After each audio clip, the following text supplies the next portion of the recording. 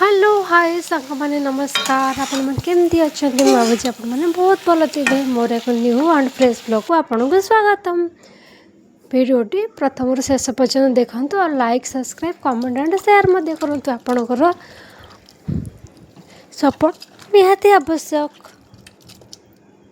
आपण मैंने देखते किपर भाव में बना जाए चिली कोबी आपण मैंने केवे ना केवे बनईथिबे किंतु मु भी बनईछि बहुत कम समय रे आ बहुत सरल रे मध्य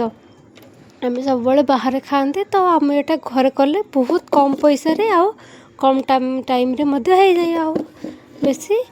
तेल मजे यूज करती नहीं किंतु बाहर से माने किपर भाव तैयारी करछन आम जानि ना सेति पई फास्ट आम कोन करिया ना चिली कोबी प्रस्तुत करने आगे कोबी को किसी काटिदवा छोट छोट करिकी तापर पियाज कंचा लंका कैप्सिकम रसुण अदा ताकू मध्य छोट छोट कर काटिदवा आपण पाखे जदि थिबो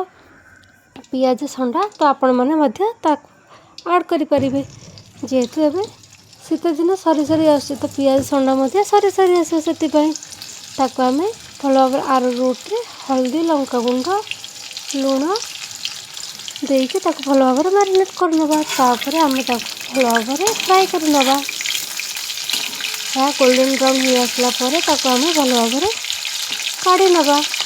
काढ़ी नेला परे तापर आम से कढ़ई हो कि अलग गोटे कढ़ई रे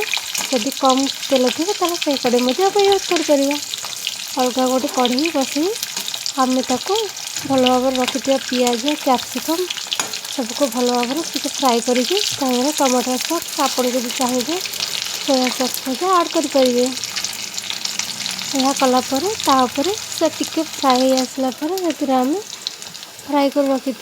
कोबी को से ऐड करवा आउ किसी समय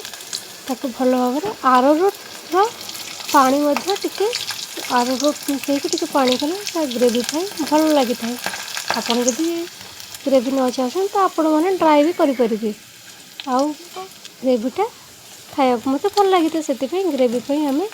टे रूट्र पानी रे मिसई पकईदे टे भल भाव में से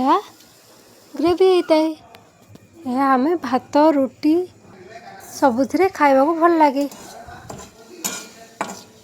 वीडियोटी भल लगे like subscribe comment and share करूँ आ वीडियोटी प्रथम शेष पर्यटन देखूँ। धन्यवाद थैंक यू।